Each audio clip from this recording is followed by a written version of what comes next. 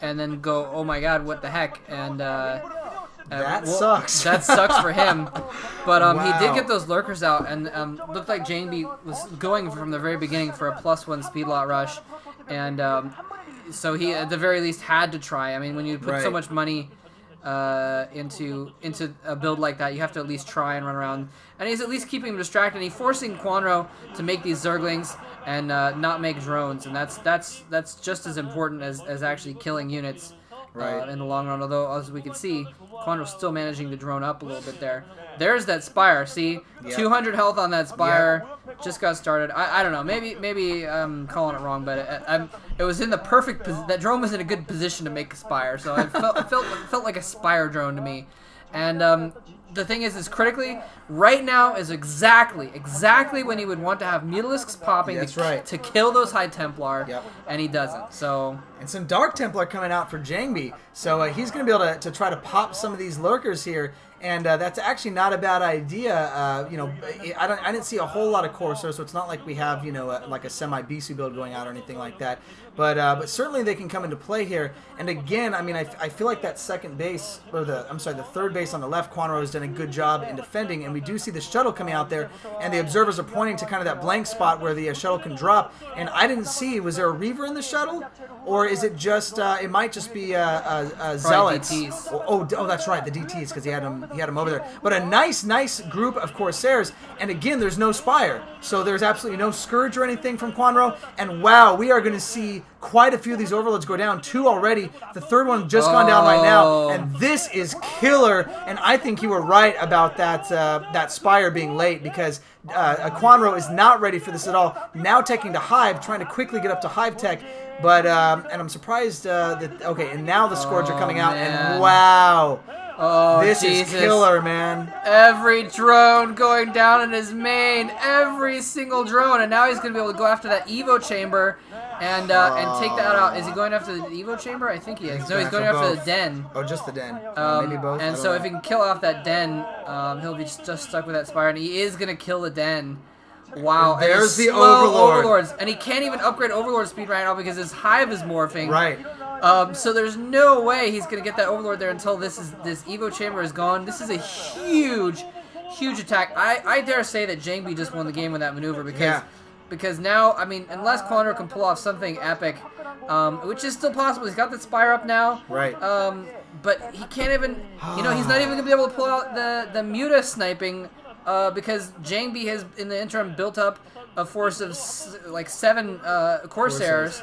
And as you can see there, at the point where they can just pick off Scourge. So he's going to be able to protect his High Templar. And there's just, oh man, the Dark Templar is going back in. There's enough protection there. There's sunken everything. But I don't know.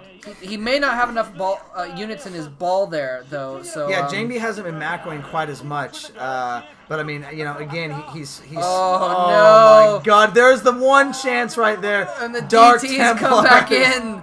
Wow, that is kills. amazing. Now, you can probably bet right now Kwanro's trying to upgrade speed for his Overlords, and he has the Overlords protected down there at the other base, and he is actually going for a 4th base that is getting attacked. Jangbi is attacking the one undefended base up there, and Kwanro just doesn't have enough units at this point to defend this. And even if Jangbi, he's now taking a 2nd or 3rd base at the 6 o'clock. So Jangbi, again, total map control without even very many units. He has map control because there's 2 DT in Kwanro's base, and he can't do anything because there are 2 DT in his base. He probably lost at least a dozen drones, maybe 15. And he was not mining off of his main base for a long time, so that was pretty good. And it's interesting. Oh, nice storm. It's going to hit both of those. He's got observers as well. So, he could have gone with the he's going to be able to take out any but observers. He's going to just storm them. Here comes the Scourge. Is he going to be able to run around? Oh, sniping the observers. Wow. That was a beautiful move there. I thought he was going for the Corsairs, but he actually took out the observers. And I'm a little bit surprised Jangbi didn't try and protect that better. But he's got the Spore Lurker defense going on at both of his choke points, though, and that is going to be tough to break. The Spores keep the observers out of range of your Lurkers, and your Lurkers can go to work on the units. But yeah, Jangbi is just in a really strong position here, putting up more gateways. He's got his 3rd base going. But a critical point here, though, is he didn't actually kill the main base. Right. He didn't actually kill that top left 4th base.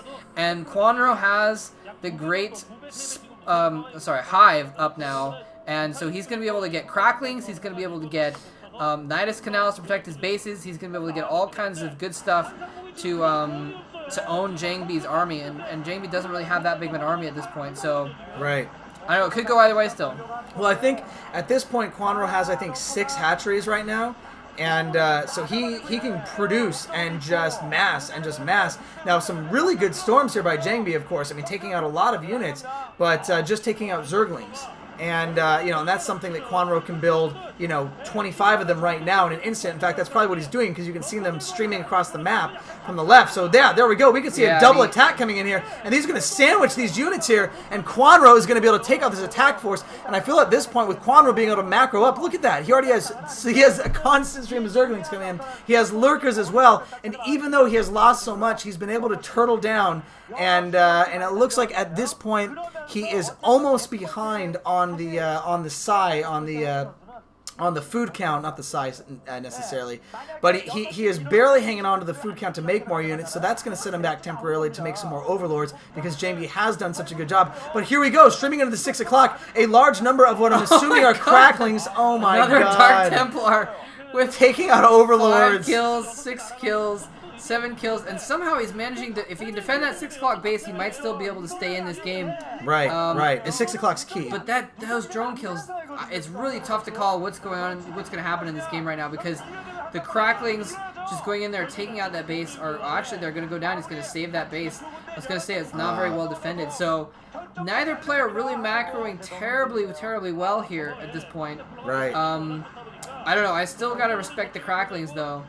Hey, he's doing what I like to do on this, which is get a hell of a lot of bases and then move a bunch of cracklings constantly. Yeah, he just, it doesn't feel like Jangbi has enough. Except Kwanro just let him take out his Spire with one Dark Templar because he was concentrating so much on throwing these cracklings at this base. But see, the thing is, Jangbi doesn't have any Templar on. He's having to macro up forces just to barely protect himself, in the moment. And as such, he doesn't have any high-tech units like he needs Templar or maybe even Reavers or anything like that to protect against these masses of cracklings. Wow. And so he's going to lose that base. That's what I was thinking, is the cracklings and the lack of Templar. And that's really a mistake he made in that main attack, too, is he wasted all of his storms on, single Lurkers. And then when the Lings came, he had no storms left. Right. And that was pretty nice, actually. But, yeah, he just kind of wasted that attack force. I mean, they killed all the defenses, but then he didn't have anything left over afterwards, so... Yeah. I don't know. I mean, Jangbi has done a good job. It's really tough to call. It is really tough to call. I mean, at this point, Kwanro has more mining bases, which isn't a huge deal because it means he has 4 to the Protoss 3, which isn't a big deal. So Jangbi lost his economic advantage, but that doesn't mean that he's not in this game at all, because right now they're about even as far as mining goes. Certainly, Kwanro has more production power, and it looks like Jangbi's going to go in for a storm drop here, and some decent storms, actually. Wow, he actually killed a lot more than I thought. Some good anticipation of where the drones were going to go there in those storms. But at this point, I don't know. I'm fearing for Jangbi because I know Kwanro is gonna go into overdrive macro mode here any moment. Wow. And although Jangbi, I think what's going to set this apart. A lot of it is the storms by Jangbis and the drops like that. I think if Jangbi can keep harassing. I don't know if he has enough drones to go into macro mode is the thing, because he just lost 6 more drones. He just lost 6 more to the Dark Templar a minute ago. I don't know. Kwanro's really good about droning up when he has the chance. So if he's droned up at the right times, he might still have enough going on to go into macro mode here. Both are kind of scant. I mean, both players are kind of light. Yeah. You know what I mean? Like light on the armies. They're just kind of spending the money that they have to spend and then getting little armies and then destroying the armies on the other player and then going back and making a little army. And nobody really has macroed up anything big right now, because I think you're right. I think both players are having to spend money on workers. Yeah, although they just showed Kwanro's bases, though, and he had a decent amount of drones at all of his bases now. So, right. It still could go either way. Again, just the lack of high-tech units and the small army, I'm going to actually go and give Kwanro the advantage right now, too, just because,